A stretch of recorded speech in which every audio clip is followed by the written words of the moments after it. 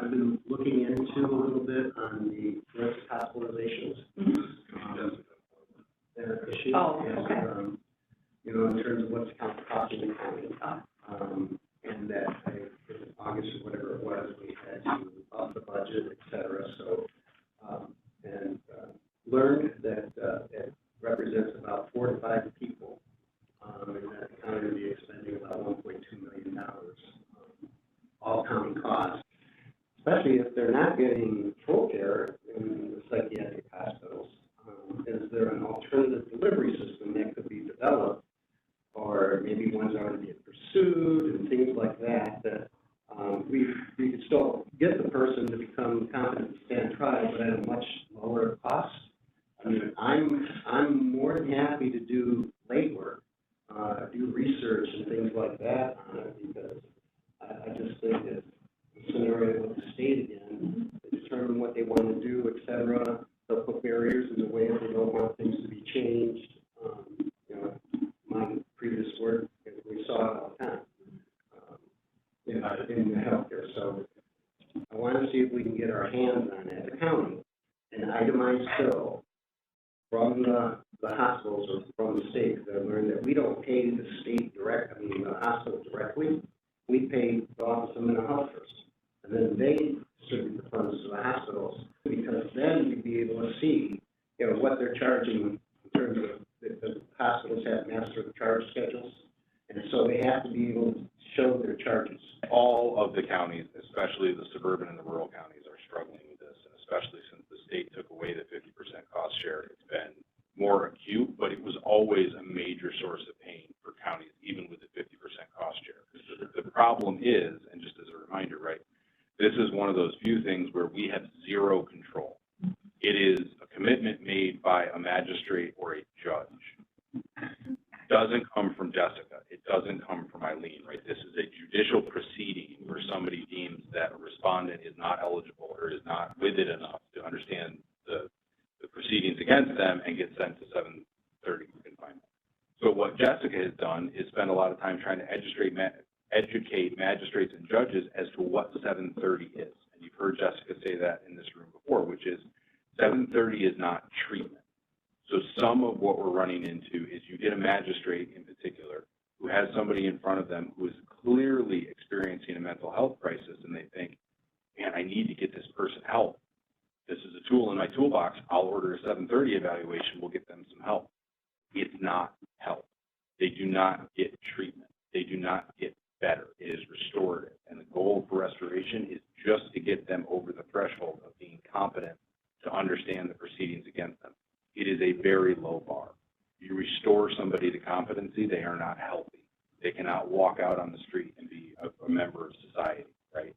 So I think Jessica has found that very helpful with the judiciary in explaining to them, this is not what you might think it is. This is what it is, and more importantly, this is what it is not. The other thing is that 730, and I'll defer to Holly, she can kick me when I err on this. 730 only comes into play when there are felony charges pending. That's true. Right? So some of it is working with Leanne and Carrie and Jim to say let's say there's 5 or 6 charges against an individual, only one of which is a felony.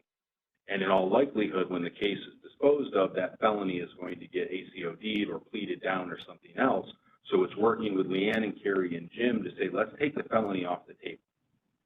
Once that is taken off the table, 730 is out of the equation, right? You only can take somebody with a felony charge against them and put them in 730 confinement. So those kind of conversations have been productive. But we also need to keep in mind, there are going to be some individuals where 730 is needed.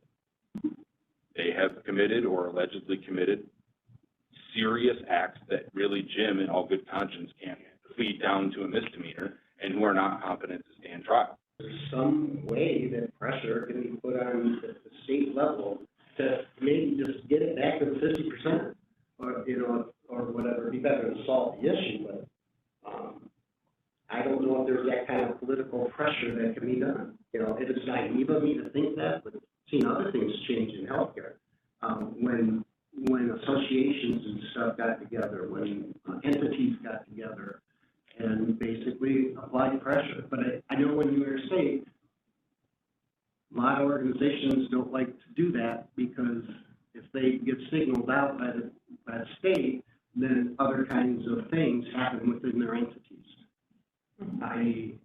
You didn't like this, try this. Exactly. So that's why, I think it's helpful.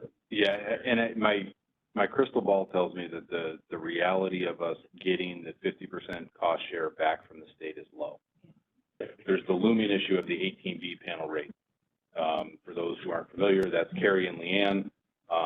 18B is a section of, I think that's county law, that says we are required to provide defense to folks who are indigent and can't afford their own criminal defense, right? So we have the public defender's office. If the public defender's office is over their caseload standards, post-trial hearing implementation, or there's a conflict of interest, meaning multiple defendants, or they've defended one of the other parties at some point, it gets sent out to what we call the 18B panel. So these are private attorneys that go under Carrie's office, and Carrie legally is the 18B panel administrator. So she assigns the cases, monitors their work, and pays the invoices. Those attorneys who are hired under the 18B panel are paid $75 an hour. That rate has not increased since 2006, I believe, off the top of my head. There was this huge push. There was a case down in New York City. They want the rate increased to $150 an hour. The big standoff right now is the state is saying, sure, we'll do it. It's state law. We can amend that and make it $150 an hour. Counties can pay the difference. That would be, I'm looking at you, Mary. Sorry, I know this isn't fair. $2.5 million for us-ish.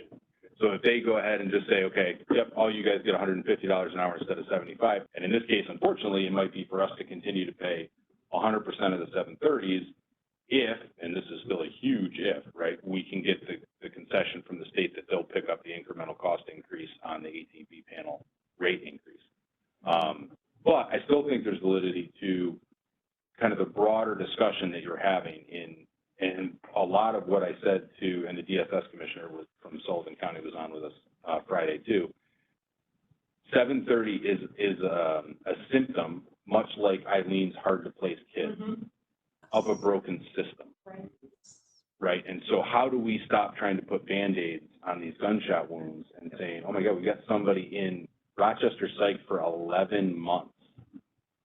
It's because there isn't an appropriate setting for that person, right? So I think there's value in us collectively, this committee, and then also regionally and as a state, having those discussions about the system is broken.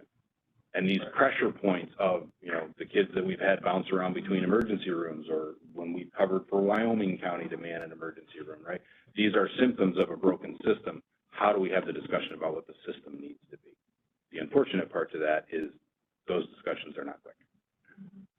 Especially now in the aftermath of the pandemic, we've seen an increase in mental health needs across the state, across the nation. And unfortunately, I think part of what we're going to see is that this increase in 730 referrals means that there's more folks who are struggling with mental illness, who are getting into trouble with the criminal justice system. And I think as much as we can possibly do to divert them and create more diversion programs and beef up what we already have is going to be more impactful than, truly going after the state in terms of like their costs for the forensic hospitalizations. Because like Chris said, I really don't have much control over that. We don't know who's going to come into the county and do things that'll get them into trouble. I think where we're going to have more impact is trying to kind of stay the course with educating as much as possible our judges and magistrates and our attorneys and on the process, the 730 process, and then trying to do what we're doing now and continue to create diversion programs. So my word, when you're talking about rates, you're talking then about the Department of Health setting those rates. Yes.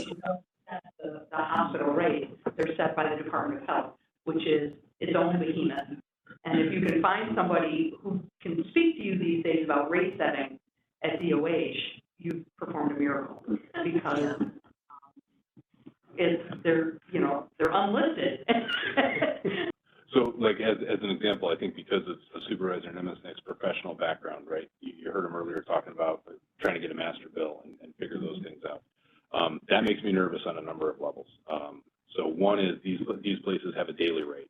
So even though there might be an itemized service delivery thing, that's what Eileen was talking about, we're not going to be able to negotiate the daily rate. It's like when we have a juvenile placement home.